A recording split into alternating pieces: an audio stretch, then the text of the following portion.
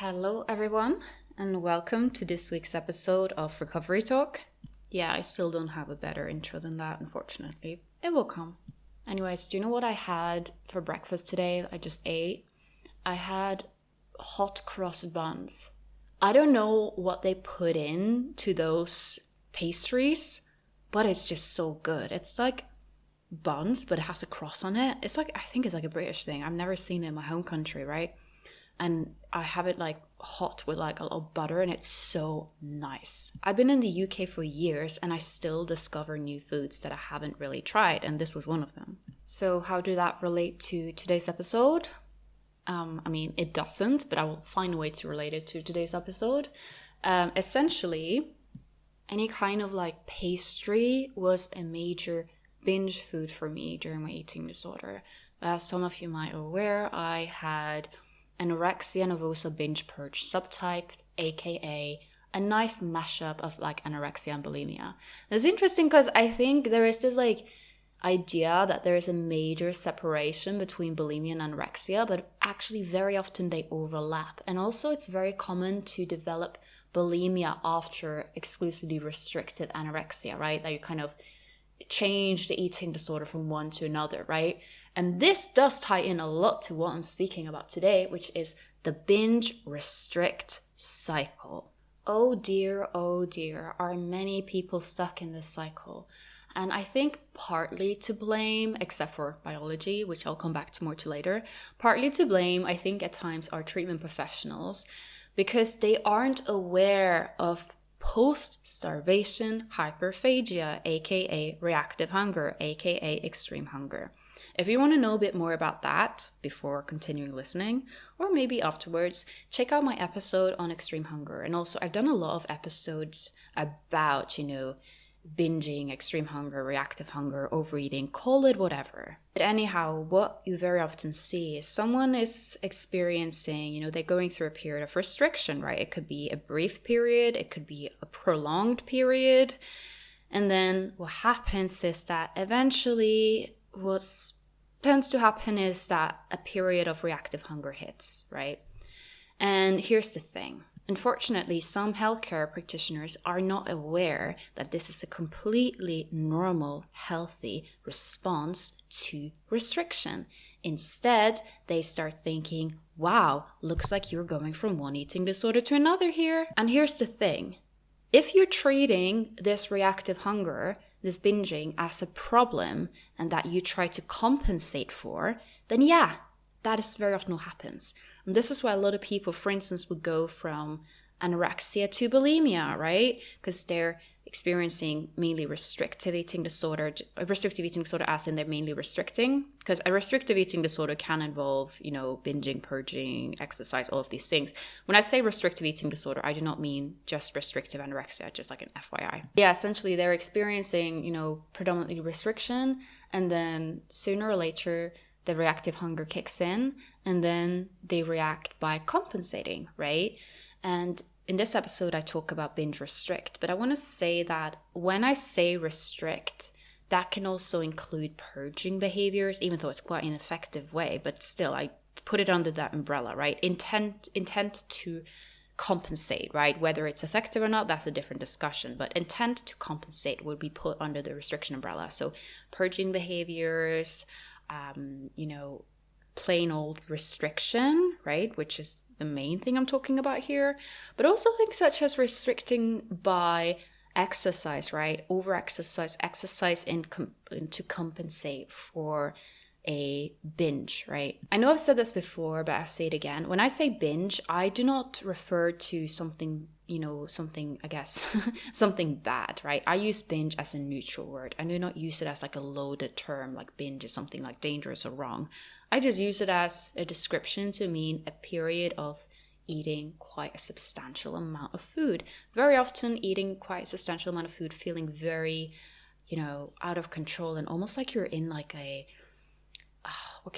almost like you're cursed, right? You're in this like haze. You can't quite control yourself, right? It's just like this extreme hunger. And sometimes it's not even that you're hungry, you know? Sometimes you might be completely stuffed, but you still have this drive to eat. So I tend to describe it more as a drive to eat rather than hunger, because sometimes people, yeah, they can feel ravenously hungry. Other times they're feeling actually they're quite full, not even hungry. They just need to eat and they don't understand what's going on. So I will not go too much in detail about what extreme hunger, reactive hunger, all of these things, what it is, because I've done that in the past. What I want to talk more about is the binge-restrict cycle and how a lot of people end up in this cycle. For some people, it is just how their eating disorder ends up in the beginning, while for other people, they eventually end up in that cycle, or it may be a cycle that develops in recovery. And I also want to talk a bit about how this cycle can often be missed and kind of confused with preference or, just intuitive eating, or even worse, intermittent fasting. I can't say the word. Intermittent fasting. I don't know. Periodic fasting, basically. Intermittent fasting. I think I said it correctly. So one thing that I hear a lot from people in recovery is they feel the most hungry during night, and then at night they will eat a lot and they'll kind of save up calories for the night, and then when they wake up in the morning they're still full, so then they end up not really eating much in the morning. And for them this can feel like intuitive eating, right? Because if you had like a massive feast at the night, you might not be that hungry in the morning, right? And for other people, they're very consciously noticing that they are restricting. But for other people, they might not be aware that they're even restricting because it feels intuitive. And then it can seem like a preference. It can seem like this is just how I prefer to eat. I prefer not eating a lot during the day and then having a big meal at night. Don't get me wrong, we all have different eating patterns, right? But I would encourage you, if you notice that this is something that it's almost like it's becoming like a bit of a ritual and you're noticing that you can't really allow yourself to eat more during the day, be mindful. It is okay to eat a lot at night, but you also need to eat a lot during the day. Because if you end up saving up calories, then this is still a bit of a scarcity mindset. You want to be able to go out and have a big lunch with your friends without worrying that, oh my God, I'm using my calorie budget because I was going to plan on having this feast in the evening and no, I can't. And what I very often see is that when someone eat more throughout the whole day, eventually they notice that their hunger kind of regulates. So instead of kind of feeling like eating a lot at night, they feel like eating more, spread out throughout the day. This does not mean that you never want to have a nice night snack. We all love a nice night snack, don't get me wrong. But if you are consistently feeding yourself throughout the day, your hunger tends to get used to that. And equally, if you're kind of teaching your body that the night is eating time, then that's kind of what you get. You're making yourself used to that, right? Yeah, this is a very insidious example of how the binge-restrict cycle can camouflage as a preference or as a routine. And also some people will very consciously eat this way and be aware of it, but they will call it intermittent fasting. Why can't I say that word? Intermittent fasting. They will say that, oh yeah, this is a very nice and healthy thing to do. It's not. Honestly, it is not. And again, this is not me telling people how to eat and that they need to eat a specific way. This is more me sharing how a binge-restrict cycle can be camouflaged as other things, right? It does not mean that everyone who eats like in an intermittent fasting way are in a deep into a binge-restrict cycle and they're just, struggling heavily with an eating disorder. That's not what I'm saying. But I would argue that in general, any kind of eating that creates rules about when you can and can't eat and encourages you to restrict, it is a bit on the disordered spectrum, in my opinion, from my perspective as someone who works with eating disorders. Obviously, that will also shape my view on how I see those things. It's probably not surprising.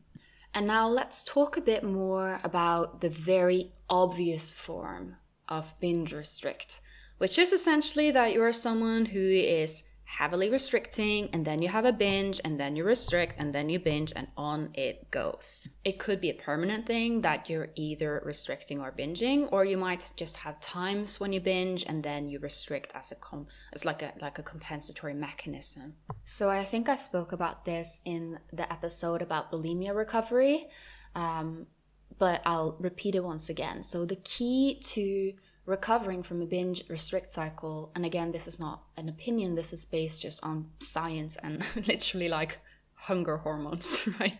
This is just like science one-on-one, not me making it up, some conspiracy here. Again, you can go and check and learn a bit about what food deprivation does to your hunger hormones, and also like psychologically, like banning yourself from things, what that does to your psyche, right?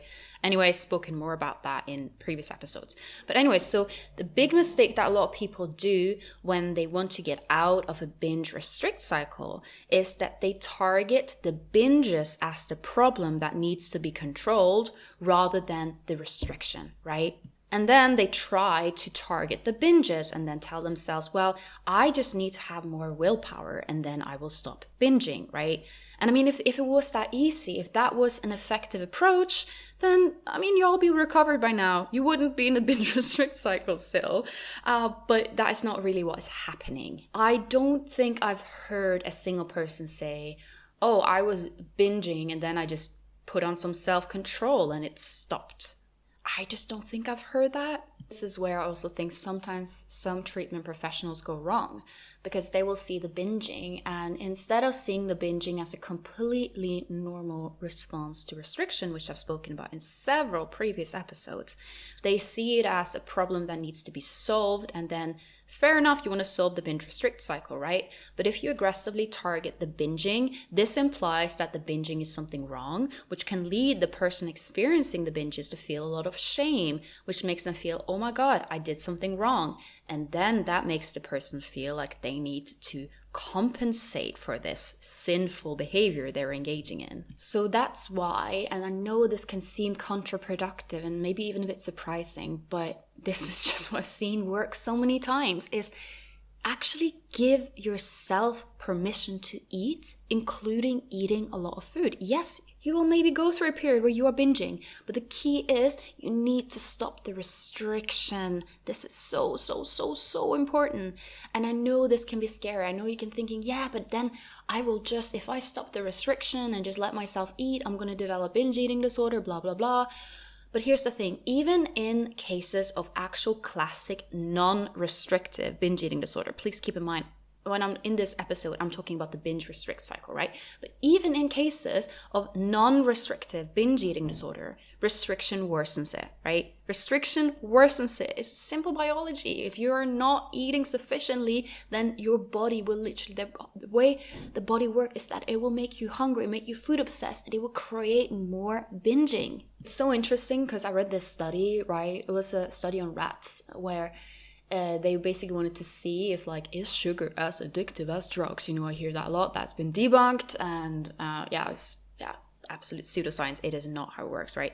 Anyways, and it was so interesting because they were looking at a study on like rats and seeing, do rats kind of like act towards sugar like they would with like drugs, right? And what they found was that the rats showed, you know, quote unquote addictive behavior towards the sugar only when they have been deprived, right?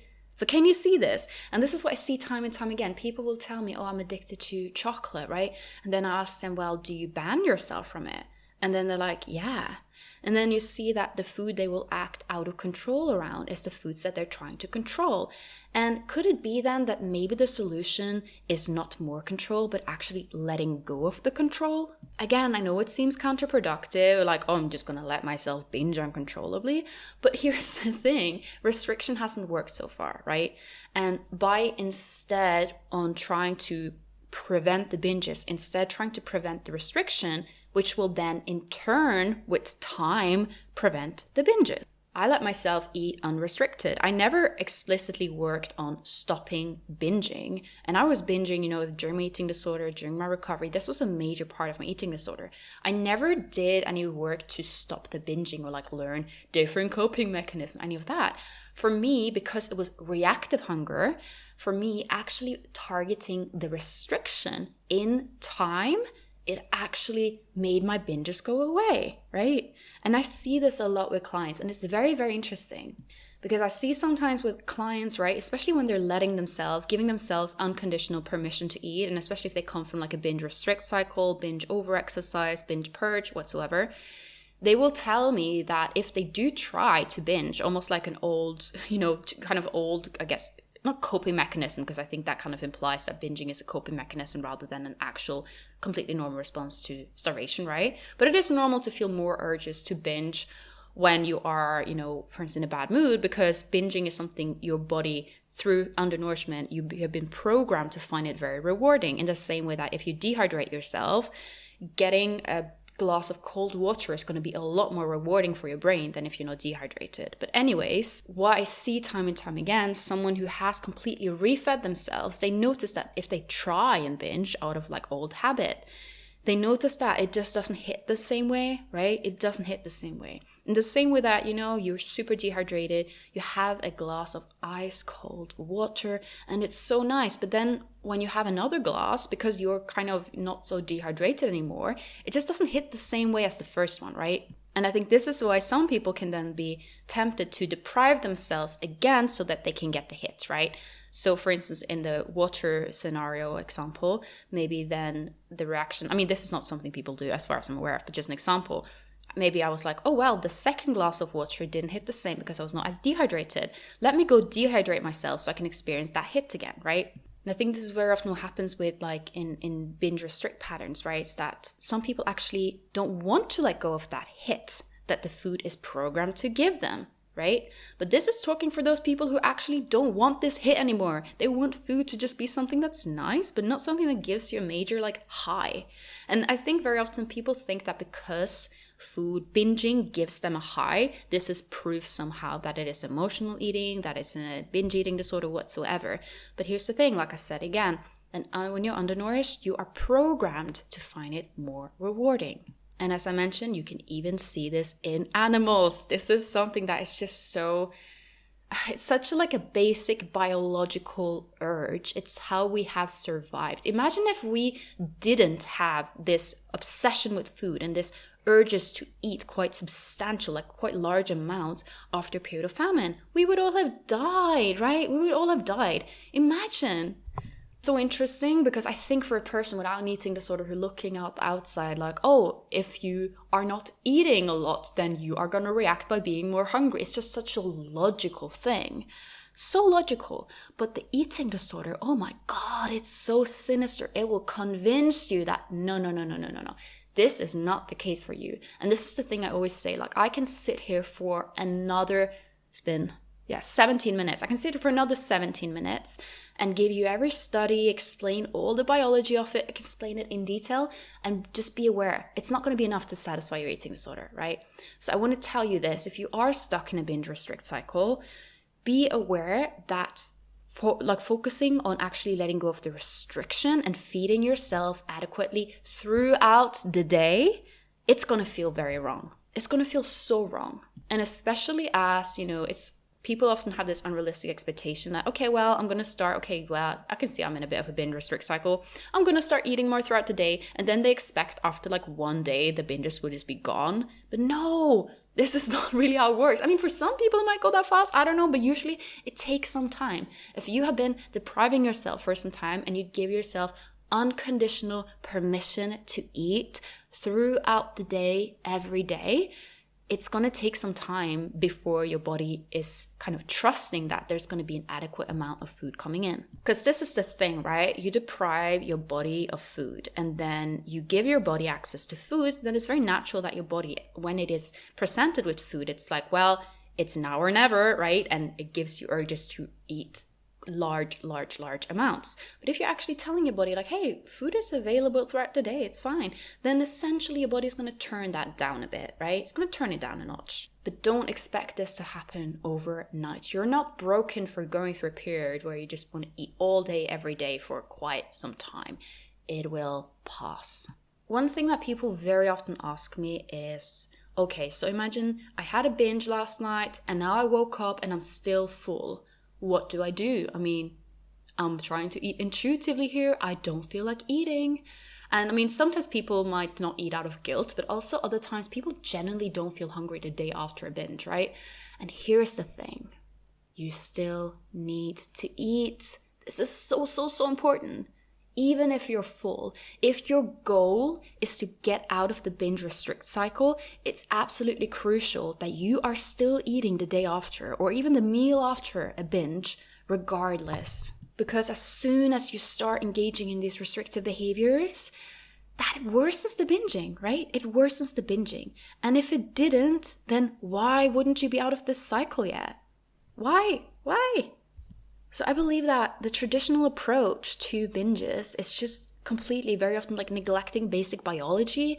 And it's frustrating because it also shows, it's also like, it doesn't work, right? And I think it creates repeat customers because it implies that it has something to do with moral and willpower, and that is something you can just magically work on, right? And they keep people in this cycle, right? They tell you, yeah, you're an emotional eater whatsoever. You need to learn mindful eating whatsoever. And then they know that they keep people in the cycle. They keep you a repeat customer, right? Because they know that it's not going to work. It's not going to work. If you're undernourished and you're having reactive hunger because you're so friggin' hungry, then it's not going to work to sit there and meditate or to sit there and or have a glass of water. It's not going to work, right? It's kind of like, imagine if someone is really, really tired and they actually just need some sleep. But instead there's like, no, we need to change your mindset towards being awake. We need to focus. And you're like, it's not going to solve the root issue, right? And if the root issue is actually that you're hungry, then that is what you need to focus on. And in this episode, I'm specifically talking about that type of eating, like that type of case when the eating is like, it's reactive eating and you are in the binge restrict cycle. This is not to say that every person in the world who binges does so because of reactive hunger, right? This is not what I'm saying, but I'm saying that quite a lot of people do, and this is just completely neglected. And even for those who don't binge because of restriction per se, maybe they've been binging their whole life without any kind of restrictive behavior. If they put restriction into the mix, that will worsen the binging in many, many cases. Another thing to be aware of, you find yourself in a binge restrict cycle, is this concept of like forbidden foods, right? So I see a lot of people who they might eat, quite sufficient amounts throughout the day, which of course can reduce, a binging some, even if you only eat safe foods, right? But because they're only eating safe foods, whenever they have they have access to fear foods, they will go in this like all or nothing mindset. Like, this is my only chance to eat the Oreo cookies. So I'm going to eat the whole package because I need to. Also, something I hear is like, I need to get it out of my house because it can't tempt me tomorrow, right? So it's not just about eating sufficient amounts and sufficient calories to become like an energy balanced or energy plus person. If you're like in recovery, you want to be in an energy plus, for the repair and restoration, blah, blah, blah. But it is also about allowing yourself to eat all kinds of foods. So if you're someone who catch yourself being in like a binge restrict cycle and you feel like, well, I've kind of quit restriction part now. I'm eating sufficient, I'm eating so much. But you notice that there are certain foods you binge on, be mindful of that, and that those foods, actually the foods you can't control yourself around, probably the foods you should be more around. So I very often have this with clients where they'll come to me and they will have a very specific food that they binge on, right? And I will literally work with them to implement that food more throughout the day. And I will have clients eating this particular food, literally like some of them will eat it like every meal for like, it could be a few days, could be weeks, could even be months. And then eventually they'll be like, oh my God, I'm so fed up this food, right? It's a way to take back the power, allow yourself to eat the food. You would be surprised over how many people are in a binge restrict cycle. I would say, as someone working with people with eating disorder, it's probably the most common thing that people are experiencing that I work with. It's very, very common. And if they're not experiencing, it's like at the moment, it's something people very often will eventually experience. But the key then is to be aware of what it is, aware of the concept of extreme hunger, reactive hunger, and knowing that the solution is you need to eat, you need to feed yourself, you need to have unconditional permission to eat with no restriction or compensatory behaviors. I hope you enjoyed this episode, and now I'm going to answer a listener question. I should really collect my listener questions at like one place, because I tend to ask on Instagram at, let's recover.co.uk, which is my like recovery platform, and also at Amalie Lee, which is my kind of more like, account for a bit of everything, a bit of recovery, a bit of me. And I tend to ask in my stories like, hey guys, I'm taking some listener question submissions, and then open up an ask box. So if you want to ask a question, that is usually the best place to get at, right? But I also sometimes get via email, and I kind of, they're a bit of everywhere. I should really get a better system on it. But now this one is from the ask box. That's usually the case. So the question goes, in recovery, is it normal to feel physically so full and bloated, but your mind craves more food? And the answer to that is yes. Yes, yes, yes. This is so often how binging, reactive hunger, extreme hunger, just how it manifests, right?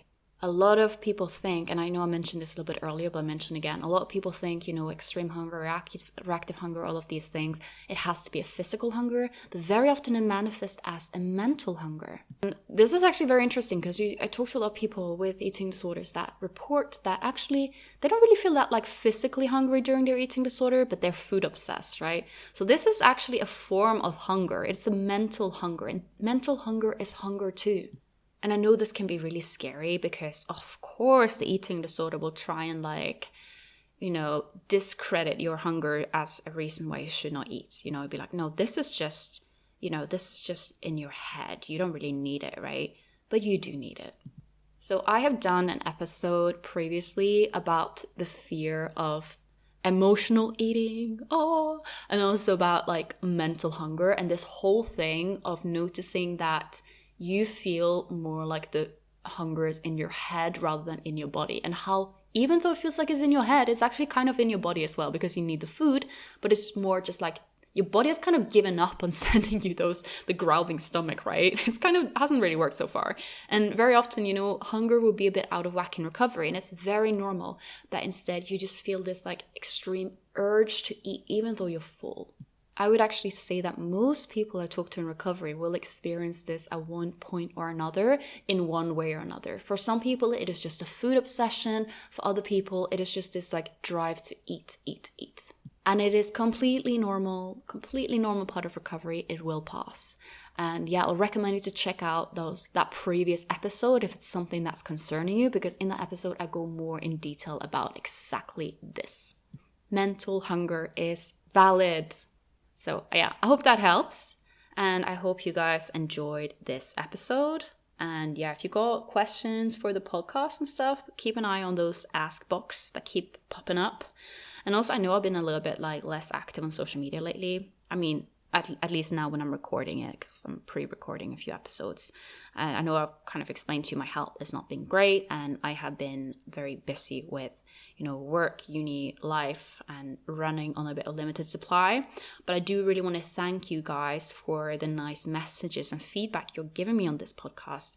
I'm sorry that I don't always have the chance to answer everything, but I want you to know that I'm reading, and it really, really means a lot to me. So yeah, it just kind of reminds me why I'm doing what I'm doing, right? And I'm always very, when you guys are saying, I would love to hear more about this or more about that, or can you do an episode on this or that? I'm very happy to take requests, right?